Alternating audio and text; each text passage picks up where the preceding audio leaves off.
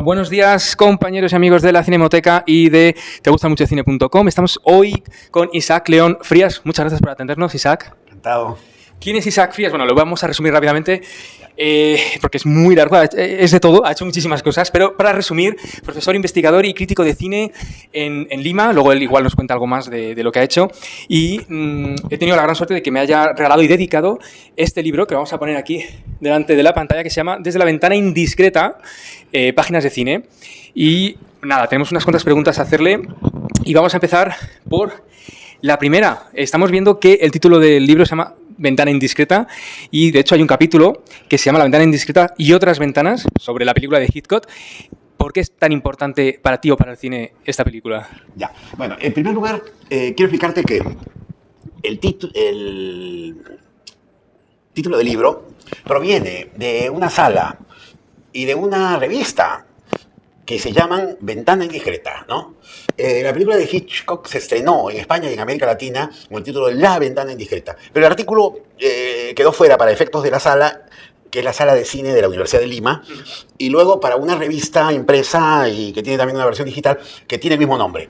Entonces, muchos de los textos que aparecen en este libro fueron publicados en la revista Ventana Indiscreta. Entonces, para hacerle un homenaje, en fin, un reconocimiento mejor a esta revista, quise titularla Ventana Indiscreta, pero es un nombre tan conocido. Incluso había en los cines Renoir, creo, de Madrid, una suerte de boletín que tenía ese nombre, ¿no? Ventana o la Ventana Indiscreta.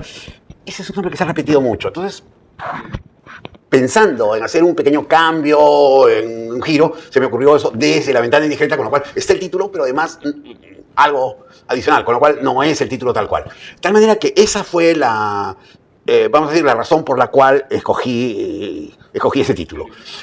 El artículo sobre Hitchcock no estaba dentro de los que publiqué en la revista, ni otros más en un blog que también han sido incluidos dentro de este libro.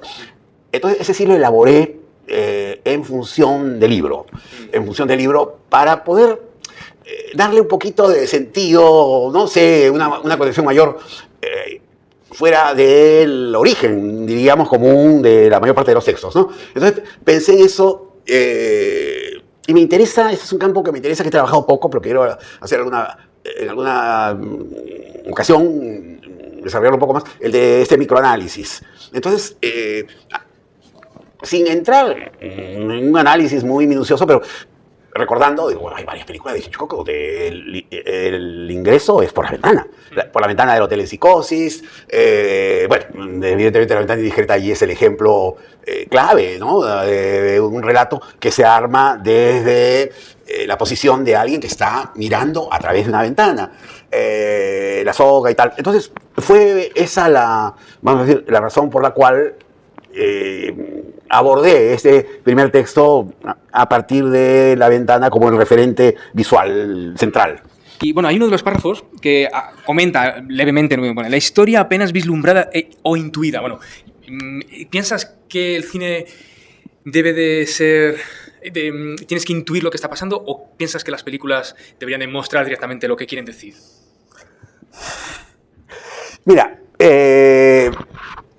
yo creo en las enormes posibilidades de sugerencia, de insinuación, de elusión, de sutileza, exactamente, que las películas pueden ofrecer. O sea que, no, yo no creo que todo deba ser, más bien no creo que deba ser dicho de forma tan abierta, de forma tan manifiesta o de forma tan explícita. Puede que sí. Es decir, al respecto, establecer una especie de exclusión así radical puede ser injusto, porque depende de la película, ¿no? Es decir, hay películas en las que de pronto el sentido es más evidente, más explícito, y no por eso empobrece el sentido de la película, ¿no? Quiero decir, una película como El acorazado Potemkin, para hablar de un título clásico, es evidente que No digo que en la película no puedan haber zonas de sugerencia, por ejemplo, esto que algunos han estudiado en torno a la sexualidad, entre comillas, vamos a decir, de la película, los cañones, y vinculándolos incluso, cosa que siempre es muy discutible para mí, con el autor. No, no creo que se deba hacer. No digo que no se pueda, de pronto sí, pero creo que es bastante aventurado intentar hacer el psicoanálisis de un autor a partir de su obra. De hecho, ¿no? Tienes un capítulo, ¿no?, que se llama Avatares del cuerpo en el cine contemporáneo. Sí. Y igual me equivoco, pero creo que hablas un poco de si se debe demostrar o no el cuerpo o algo parecido. Un ejemplo, claro, hoy en este festival, en el Festival de Lima en el que nos encontramos, hay una película que se llama Viaje, no sé si la has podido ver. Bueno, resumiendo, una de las pequeñas de los detalles es pues, un hombre que está masturbando durante, creo que son 3 minutos, y la cámara está puesta desde, vamos a hablar en plan, desde los testículos, en los testículos, el pene y el hombre masturbándose. Eso es un poco... ¿Falta sutileza o es bueno que haya ese tipo de imágenes para decir, mira, no hay ningún tabú físico? ¿Qué piensas? Sí. Sí, yo creo que sí, por ese lado es bueno que se muestre, porque efectivamente contribuye a demitificar algo que no es muy habitual en el cine. Mira, fíjate que es curioso ahora que lo mencionas y me interesaría ver la película, porque no es muy habitual, o es más bien raro incluso, que el acto masturbatorio se muestre. Se ha mostrado la cópula infinidad de veces, pero el acto masturbatorio masculino, no. El femenino, sí, pero el femenino es más oculto finalmente, porque no tendría que haber, pues, qué sé yo, planos de detalle, es muy complicado. No, a mí me parece bien. Yo creo que eso es saludable para el cine en general. Ese es el lado también saludable de la pornografía, que por supuesto no quiero... Yo creo que en general, vamos a decir, estéticamente la pornografía ha aportado poco, ¿no? Hay algunos títulos, pero por lo demás es una modalidad genérica muy estandarizada, muy llena de clichés y además muy machista, ¿no? Hay una película, no sé si la has podido ver, Argentina, Las Mujeres de Fuego, que es una directora, la presentó hace 2 o 3 años en San Sebastián, y ahí no son 3 minutos, ahí son creo que 10 minutos de una mujer masturbándose, con las piernas abiertas. O sea, que también hay de mujeres. Fíjate, pero, tampoco lo he visto. ¿La has visto? No, tampoco lo he visto. Ya está, otra puntada, Las Mujeres de Fuego, que habla de Ushuaia, ¿no? La Tierra Fuego, entonces por eso. Entonces, al final, bueno, existe también hombres y mujeres. Y, bueno, cambiando de pregunta. En otro capítulo hablas del cine de autor al inicio del milenio, predominio de la escritura minimalista, y luego uno de los párrafos hablas del uso de la cámara de vídeo, ¿no? Y luego incluso creo hablaremos luego de Netflix, etcétera. Pero en este caso hay un crítico en España, Carlos Pumares, que es muy divertido, tiene unas ideas muy un poco drásticas, y decía, es que ahora mismo con las videocámaras, como es tan fácil hacer vídeo, dice, hasta el más tonto hace una película, eso decía, ¿no? Y que se hacen películas muy malas, según él, porque es muy fácil hacer vídeo. Entonces la pregunta es, ¿piensas que ahora que hay más medios y hay más películas, la calidad de las películas son mejores, o antes que era muy complicado, que realmente tenías que tener las ideas claras, porque si no, pues eso, comprar la cinta, la bobina, etcétera, era muy caro, se hacían mejores películas antes? O no existe antes mejor o peor, no existe eso. ¿Qué piensas? Yo creo que no veo así una diferencia radical. Creo que se está haciendo muchísimo más cine ahora, ¿no? Creo que se está... Mira, en estos momentos la cantidad de realizadores y de películas, bueno, es enorme. Países de América del Sur que no tenían cinematografías, como Ecuador, Bolivia, Perú, no tenían cinematografías, tenían películas, pero no había cinematografías estables. Ahora están produciendo, no digo que tengan industrias, pero están produciendo una enorme cantidad de películas. Y en este festival, por ejemplo, podemos ver 3 películas de Bolivia que para mí son sorprendentes, de un nivel de calidad, de exigencia creativa que no me esperaba. Tanto que a la hora de seleccionar se discutió, ¿no? Porque hay que decir, oye, pero siempre tendíamos a poner más películas argentinas, ¿no? O sea, la idea de la superioridad argentina. Pero bueno, pero ¿por qué no? Bolivia puede tener más películas, mejores películas que Argentina en un año, ¿no?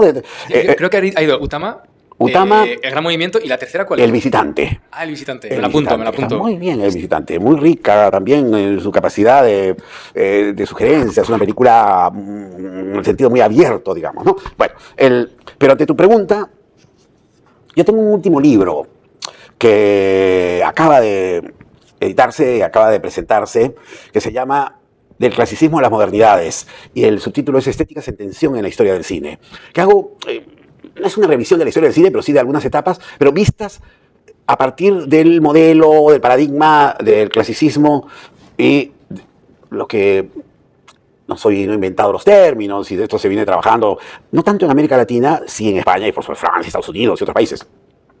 Lo que entiendo como las modernidades. Creo que parte del cine contemporáneo puede ser ubicado dentro de algunos de estos artículos, anticipan algo de lo que luego desarrollado en el libro, estos que son como una especie de acercamiento al cine de los últimos años, ¿no? Desde el cine del milenio ese que me preguntabas tú. Entonces, yo creo que el periodo clásico produjo grandes obras, ¿no? Y en el periodo clásico ya aparecían formas, vamos a llamarlas premodernas. Bueno, es evidente que el Citizen Kane, por ejemplo, de Wells, las películas neorrealistas, pero también películas de Renoir, también películas de Hitchcock, donde hay avances que apuntan a estas rupturas que vienen en los años 60. Entonces, lo que caracteriza, por lo menos el cine, digamos, más inquieto, el cine más avanzado desde los años 60, es un cine que se aparta de las estructuras clásicas, aunque no las sustituye del todo necesariamente, ¿no? Porque hay maridajes, combinatorias entre unas y otras.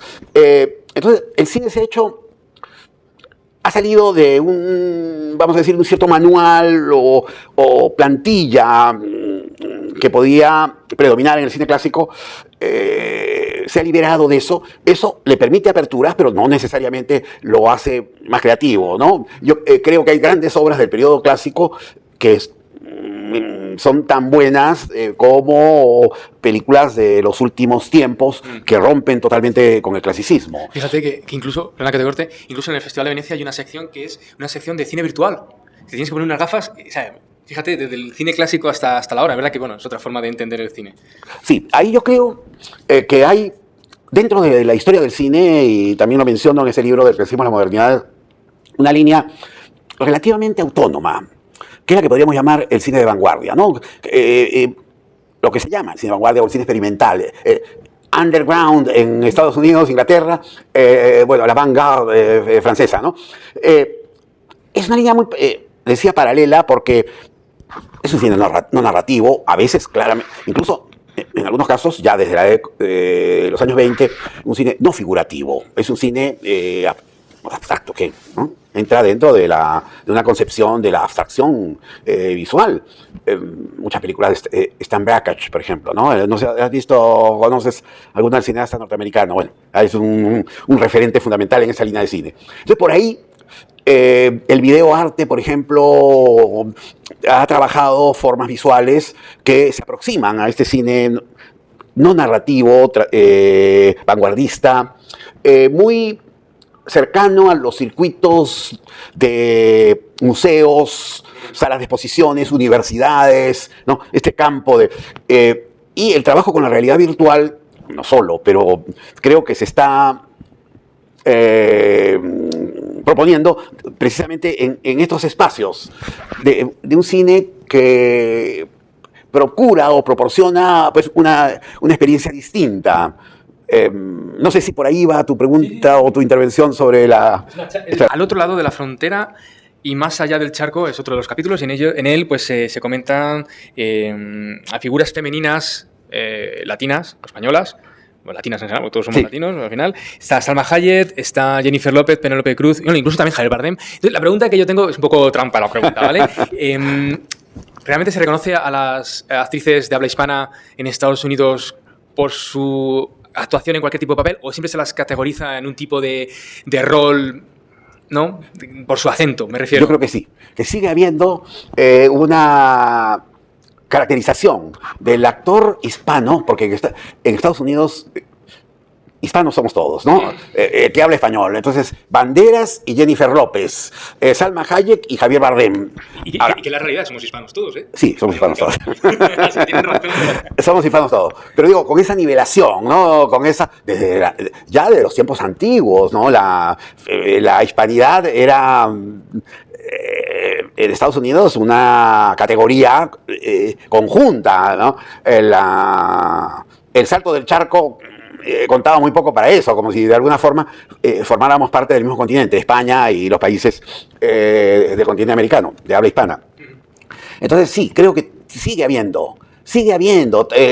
Tan es así que las propias características, salvo algunas, por ejemplo el caso de Javier Bardem, que es uno de los actores que, vamos a decir, mayor éxito ha tenido en Estados Unidos, en el sentido de que es un actor prácticamente incorporado por el sistema. Él actúa desde películas más independientes, como aquí se llamó Sin lugar para los débiles, la película de los hermanos Coen, ¿no? La que hace de este asesino, hasta Piratas del Caribe o alguna de las películas de la Marvel. Entonces, tiene un espectro muy amplio, y en algunos, evidentemente, en algunos de ellos no pasa por lo español, pero otros sí. Otros sí. Por ejemplo, una película reciente de Javier Bardem, esta de Los Ricardos, donde él interpreta un cubano, Desi Arnaz, que era un actor cubano, cantante y actor, que se casó con una actriz norteamericana, Lucille Ball, y hicieron un programa de televisión muy popular que era I Love Lucy, ¿no? Luego hace interpreta a Pablo Escobar, el narcotraficante, en otra película, que es de Fernando León de Aranoa, pero hablada en inglés, aunque no es producción norteamericana, creo que es una producción española. En fin, en banderas casi siempre, ¿no? Es decir, la latinidad, en Penélope creo que siempre. No recuerdo que... Tal vez porque su acento, quizás. Su acento, su aspecto y tal. Entonces, ella no ha dejado de ser española. O si ha dejado de ser española, me parece que en Loving, Pablo, no sé qué cosa es. Creo que hace la mujer, ¿no? La periodista. Una periodista. La periodista que se lía con él, con sí, Pablo. Se lía con él, exactamente. Pero, ¿qué cosa es? ¿Cuál es la nacionalidad de ahí? ¿Española o es...? Creo que es colombiana, una periodista colombiana. Una periodista colombiana. Sí. Puede ser de latinoamericana, pero en todo caso no de norteamericana. Lo que yo veo que no hay una diferenciación, y es una cosa a agradecer, es con los directores. También en el mismo capítulo hablas de Guillermo del Toro, Alfonso Cuarón y Alejandro González Iñárritu, que es complicado decirlo. Cada vez que le dan un premio Oscar, los pobres que lo tienen que leer dicen Dios, que se lo dé a Guillermo del Toro, que es fácil de decir en inglés. Entonces, en este caso... Los apellidos vascos siempre... Es una cosa increíble, ¿no? Pero yo creo que dentro de los últimos, me equivoco igual, pero en los últimos 10 años, 3 o 4 premios han ido a estos mexicanos, ¿no? O sea, casi más de la mitad, el 40% se lo han llevado ellos. ¿Cuál es...? Y luego falta alguno, por cierto. Creo que faltaba Luis Estrada. Ese es un fenómeno, el mexicano Luis Estrada, que no ha llegado nunca a pasar a Estados Unidos, no ha tenido mucho éxito fuera de México. En México sí. Y Michel Franco, que lo gana todo. Cada vez que va a Cannes gana un premio. Y hablaba con Michel Franco y le preguntaba la misma pregunta que te voy a hacer a ti, que es, ¿por qué este éxito de los directores mexicanos? ¿De dónde crees tú que viene el éxito de tantos Oscar y tanto reconocimiento a nivel internacional? A ver, yo te diría, para empezar, por un argumento que creo que no es el más importante o el más significativo, pero sí hay un lado, o hay una parte de el deber moral o lo políticamente correcto que ha venido actuando en la posición, en los juicios, en la evaluación de los miembros de la academia. Yo creo que esto está presente en el Oscar desde mucho tiempo atrás, en el sentido de, por ejemplo, destacar películas que tienen un lado social reivindicativo, de denuncia, más o menos progresista, moderadamente, ¿no? Nunca demasiado. ¿No? Pero, que es Estados Unidos, tampoco mucho. Así es. Pero ahí hay una cierta conciencia liberal americana que se pone de manifiesto, no siempre y no en todos los casos. Entonces creo que en los últimos años algo de eso hay en la preferencia por las películas de directores mexicanos o de un coreano, por ejemplo, ¿no? Ya en estos momentos la apertura de la selección de películas candidatas al Oscar es tal que uno se pregunta, ¿y por qué no lo hacen a la manera de los festivales de cine? Es decir, van más allá, porque hasta ahora por lo menos, por escrito, está que las películas que compiten en el Oscar son las películas habladas en inglés, no habladas en otros idiomas. Entonces uno se pregunta, bueno, ¿qué hacen esas películas habladas en otros idiomas? ¿Qué justifica eso? Entonces ahí hay como una especie de anticipación de algo que de pronto pues, da el paso luego a convertirse en algo parecido a los festivales de cine. Y ya no hay películas habladas en inglés y películas extranjeras. Pero te decía, no creo que ese sea el argumento principal. Yo creo que estos directores han, a su manera, dado en el clavo, en el sentido de que han podido conectar con las inquietudes y los gustos de este medio profesional norteamericano, bueno, que ha visto en sus películas, por ejemplo, las películas de González Iñárritu, que son un poco más elaboradas, que tienen guiones más construidos, ¿no? Como Birdman, por ejemplo, o en una propuesta como Gravedad de Alfonso Cuarón, o la película de La forma del agua de Guillermo del Toro, películas que tienen, vamos a un nivel de suficiencia, de calidad estética, y que no son necesariamente, o que no están marcadas por una idiosincrasia nacional. Quiero decirte, yo creo que estas películas podrían haber sido hechas por directores norteamericanos. No veo, no sé si tú lo ves, que haya una diferencia fundamental. Sí, por ahí puedes encontrar algunas, no sé, algunos rasgos, algunas huellas que pueden remitir al director y a una filiación no norteamericana. Pero en general, no, creo que no. Sí, son películas de autor. Por ejemplo, yo creo que Guillermo del Toro es un director muy personal y que en cuyas películas hay una temática que se repite, que es esta, la temática de la monstruosidad que emerge, ¿no?, de una o de otra manera, desde una película como El laberinto del fauno, o hasta otras que he hecho en Mimic, ¿no?, y otras que he hecho en Estados Unidos, esta del monstruo, ¿cómo se llama? De rojo. No, la de... Hay una así, norteamericana, que el monstruo rojo de cuernos. Sí, ya sé cuál es. Que tiene un puño, un brazo como muy... Exactamente, ¿no? Hellboy, el niño del infierno. Entonces, pienso yo que, bueno, ha habido una correspondencia. Para mí, y lo he comentado cuando he estado en México, por ejemplo, y bueno, mucha gente piensa lo mismo. Estos son triunfos de México, son triunfos norteamericanos, de directores latinos viviendo en Estados Unidos. Yo me voy moviendo y lo voy moviendo. Pero ha quedado grabado lo anterior, ¿no? Y, de hecho, como decías, que hay dos, que los 3 directores de cine mexicanos están en Estados Unidos, y luego los 2 que se han quedado dentro de México, que te comentaba, Michel Franco y Luis Estrada, hay más, pero bueno, estos son 2 que bueno, destacan.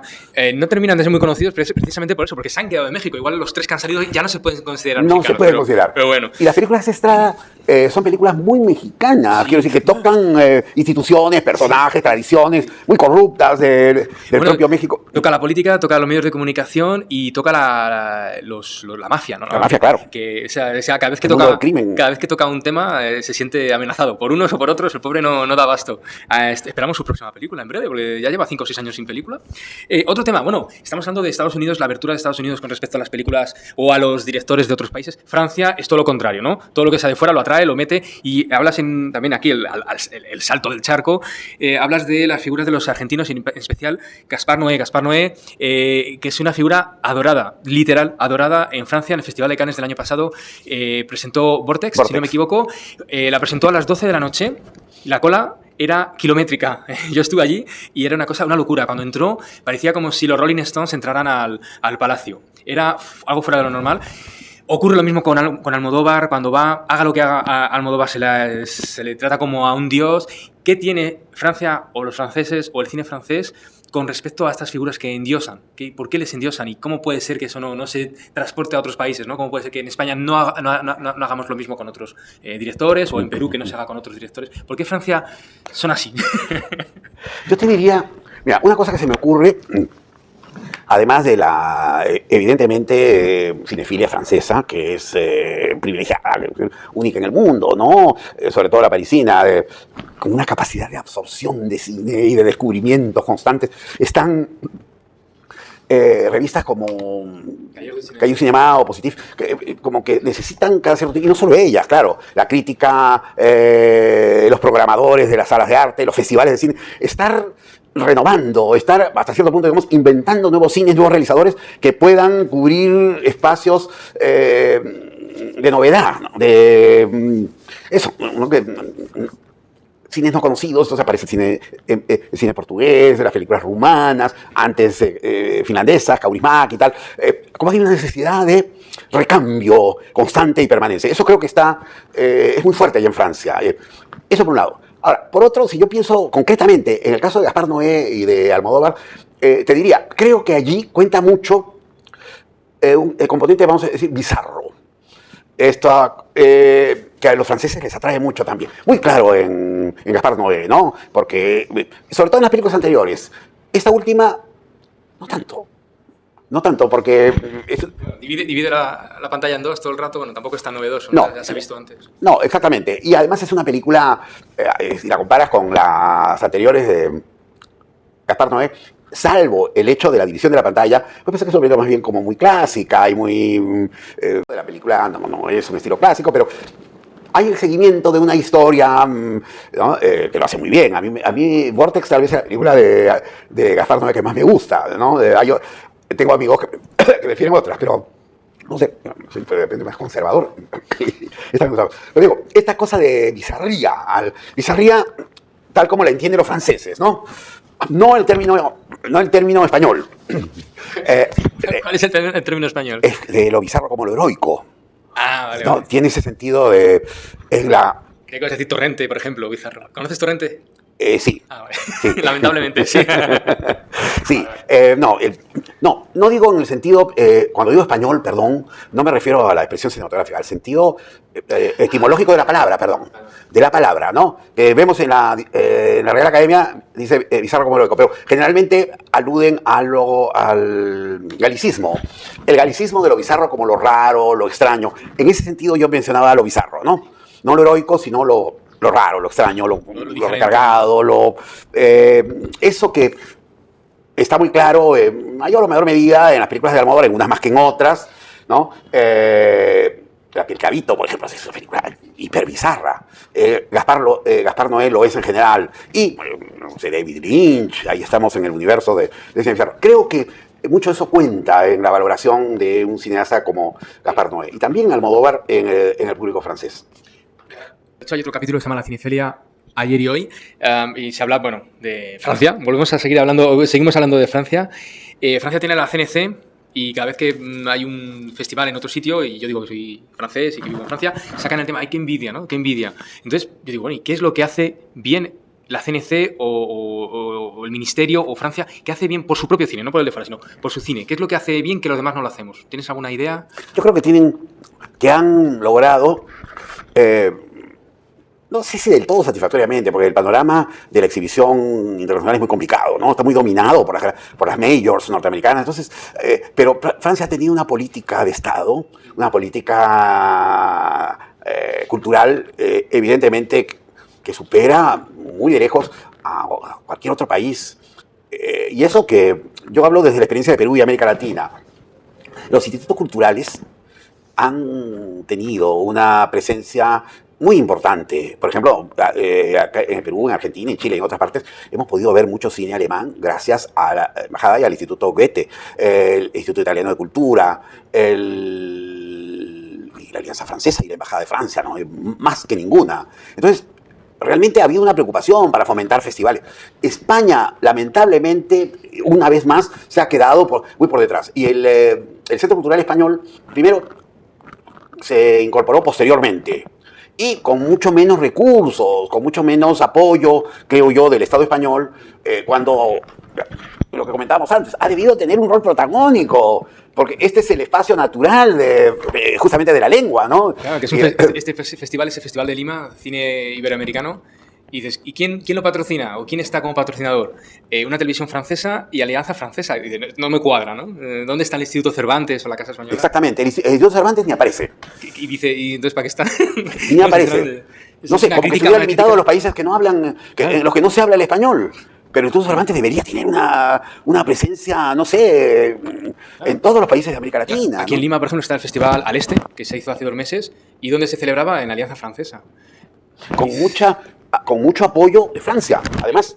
Sí, yo lo que veo, por esto ya es personal, a lo mejor luego lo corto, que lo que veo en Francia es que hay mucha pasión. Entonces, si hay un festival de cine, cuentan con voluntarios. Si hay asociaciones constantemente, no es el ayuntamiento o el gobierno de turno que crea un festival, como pasa, sino que lo crean asociaciones, es pasión. Y la pasión es lo que al final a lo mejor mueven, que se apoye o que no se apoye. El que está aquí representando al Ministerio francés probablemente sea un aficionado, un apasionado del cine y venga, insista, oye, Ministerio francés, dame dinero para apoyar a este festival. Y a lo mejor esa pasión, no lo sé, a lo mejor no está tan clara, a lo mejor mejor en España, o sí, pero yo creo que en Francia tienen algo que es increíble, sobre todo con el cine y con la cultura en general.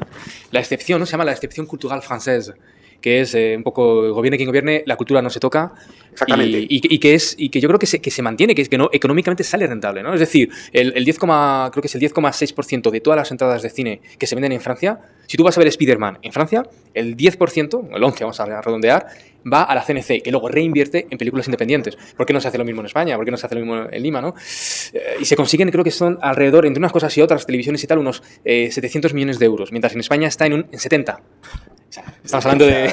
Tremenda. niveles. Otra cosa, por ejemplo, claro, son pocos países, pero en la órbita, vamos a decir, de habla francesa, Suiza, francesa, Bélgica, Canadá, tienen realmente una presencia, y los países de África incluso, ¿no? Hay que reconocer la importancia que tiene el capital francés y la CNN para la producción de películas africanas, ¿no? También Francia tiene un problema, y ahora vamos a pasar a un capítulo que hablas del streaming. Bueno, el streaming, yo he metido ahí todo un poco lo que es Netflix, HBO, etcétera, este tipo de nuevas plataformas, que es entre comillas, un problema, he dicho. Para Francia, no, puede ser un problema, un aliado, ¿no? De hecho, ahora les van a pedir un porcentaje de dinero a todas estas plataformas para luego reinvertirlo en la CNC. ¿Tú personalmente piensas que Netflix, este tipo de nuevas tecnologías, es el fin del cine o el fin de las salas de cine, o ocurrió como con el VHS y los videoclubs que luego quedó en nada? ¿Cómo lo ves? Sí, no creo que sea lo mismo que lo que pasó antes, pero tampoco creo que acaben con el cine. No, es evidente que hay tengo un libro también que se llama La revolución de Netflix en el cine y la televisión, que evidentemente las plataformas en este momento están marcando una especie de punto de separación con la tradición de la historia del cine, ¿no? Es decir, ya el cine en salas no es el cine, ya había dejado de serlo desde mucho antes. La televisión le quitó muchísimo público al cine. El vídeo aumentó, pero el streaming evidentemente eleva esa área o esa región alternativa al de las salas de cine de una forma antes impensada. Pero el cine no creo que vaya a desaparecer de ninguna manera. Yo creo que hasta cierto punto se va a ir fortaleciendo, pero en una proporción distinta a la anterior. Aquí hay muchas razones, desde el hecho, vamos a decir, algo que ya han escrito mucha gente al respecto, por ejemplo, un veteranísimo español como Román Gubern, ¿no? El gregarismo que permitió que el teatro permaneciera cuando el cine apareció. Para explicar, el gregarismo es que somos animales gregarios, que nos gusta estar con otros animales como nosotros, que somos los humanos, y que no es lo mismo ver una película, ¿no? Tú solo en tu móvil que estar con más gente, ¿no? Me imagino que eso es un poco lo que quieres decir, que esa experiencia es única. Sí, y el público joven además necesita moverse. Es decir, tener a todos prácticamente inmovilizados en la casa para mucha gente resulta a la larga pues, muy frustrante. Entonces, se necesita la experiencia de la gran sala, ¿no? Y eso creo que va a permanecer. Como han permanecido los espectáculos públicos en general. El circo no ha desaparecido.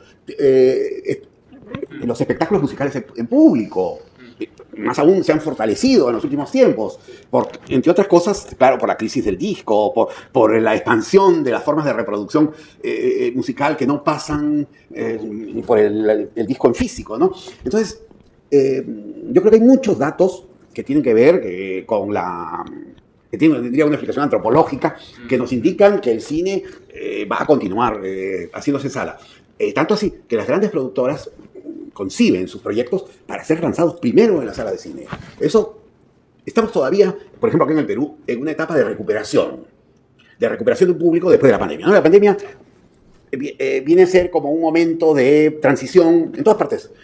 Creo que para la producción cinematográfica, para la exhibición cinematográfica. Pero como que necesitamos un poquito de tiempo para ver qué cosa es lo que va a pasar. Pero ya hay una recuperación muy clara, películas altamente exitosas en el mercado norteamericano y en el mercado mundial, ¿no? Entonces el público está volviendo a los cines, están reabriendo cines aquí y allá. Y todo indica que eso va a continuar. Ahora, por otro lado, naturalmente, el streaming se fortalece también. El cine se fortalece. Y uno verá, yo veo mucho cine, entonces puedo ver 3 películas en casa, en streaming, y ver, por decirte, no lo hago todos los días, por supuesto, salvo en estos tiempos de festival, una en sala comercial. Sí. O por lo menos una película, una a la semana en sala comercial. Lo que decías del streaming, la verdad es que vino muy bien para el tema de la pandemia, que la gente no podía salir de casa y por lo menos pudo ver pelis. Y el miedo era que se quedara la costumbre de quedarse en casa y no salir. Y Almodóvar felicitó públicamente a Spider-Man, porque dicen, claro, pensamos que ya el cine, las salas se quedarían vacías y de repente llega Spider-Man y demuestra que sí, que la gente quiere volver al cine. Y dice, como homenaje a Spider-Man voy a ir a verla, decía Almodóvar. Y es verdad que, oye, se tenía un poquito de miedo y bueno, parece ser que no, a lo mejor, como dices tú, no va a morir, esperemos que no muera. Dos preguntas más, que se nos va el tiempo. Hablas también de Buñuel. Buñuel, como figura, la tenemos aquí en la página 245, 25 años más, Don Luis. ¿Qué aportó Luis Buñuel al cine en general? Yo creo que, bueno, básicamente una dimensión perturbadora, una dimensión de ruptura, de provocación, dentro, en la época de las vanguardias, de un cine claramente figurativo, no por la vía de la abstracción, porque el cine de Buñuel en ese sentido nunca ha sido un cine abstracto, ¿no? No lo fue ni en Perro Andaluz, ni La Edad de Oro, ni menos en Tierra sin Pan, Las Urdes. Y siguió siendo perturbador en las películas mexicanas, aunque no se vio tal vez con toda la claridad del caso en su momento, salvo los surrealistas franceses, que sí lo vieron, ¿no? Que en estas películas de género, melodramas o comedias, había un lado surrealista. No solamente Los Olvidados, que sí fue una película más o menos unánimemente considerada como una gran película, pero en esas otras, sí, casi despreciadas en su momento, como Él, como Ensayo de un crimen, como La edición Viaje en Tranvía, etc. Por otro lado, creo que es un... También lo menciono, me parece por ahí, que es un gran cineasta español, francés y mexicano. Sí. Creo que hay una triple nacionalidad en Buñuel. No dejó nunca de ser español. Y creo que la españolidad de Buñuel está presente en toda su película.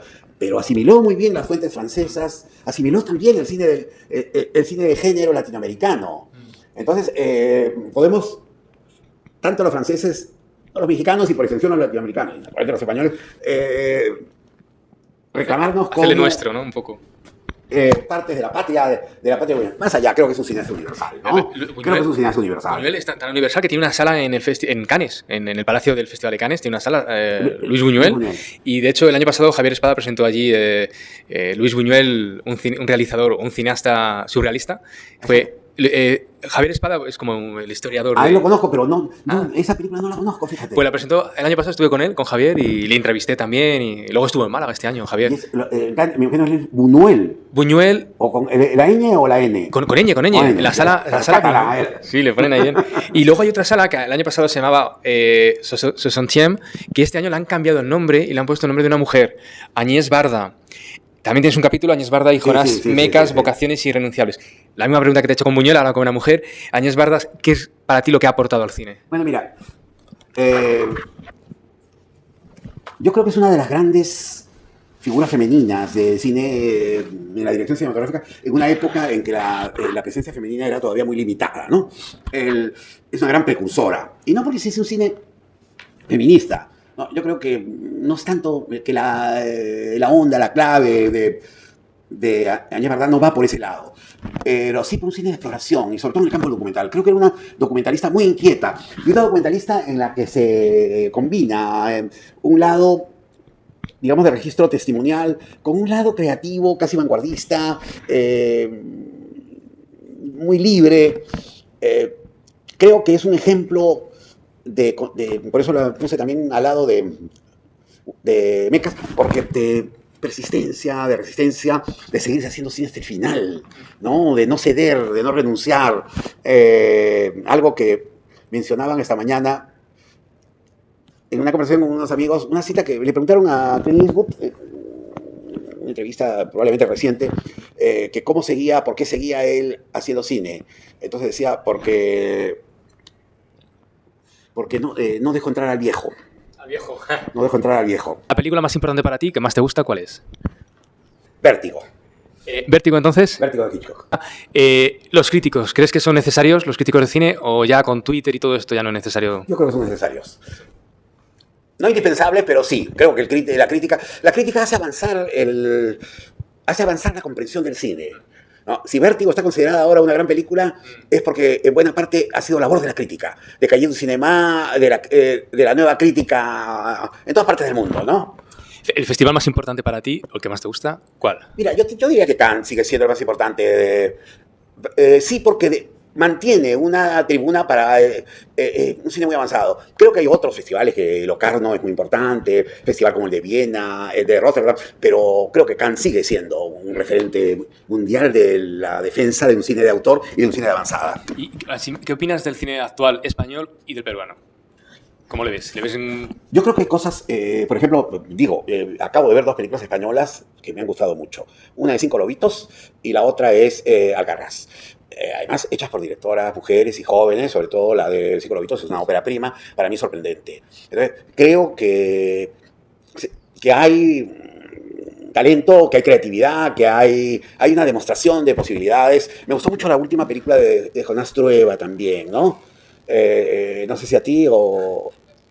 La que dura 3 horas 40 La minutos. 3 horas 40. Creo que es una película de apertura, que es una película muy rica, muy sugestiva. Sé que puede ser una película dura y tal, pero para mí es una película muy estimulante. Y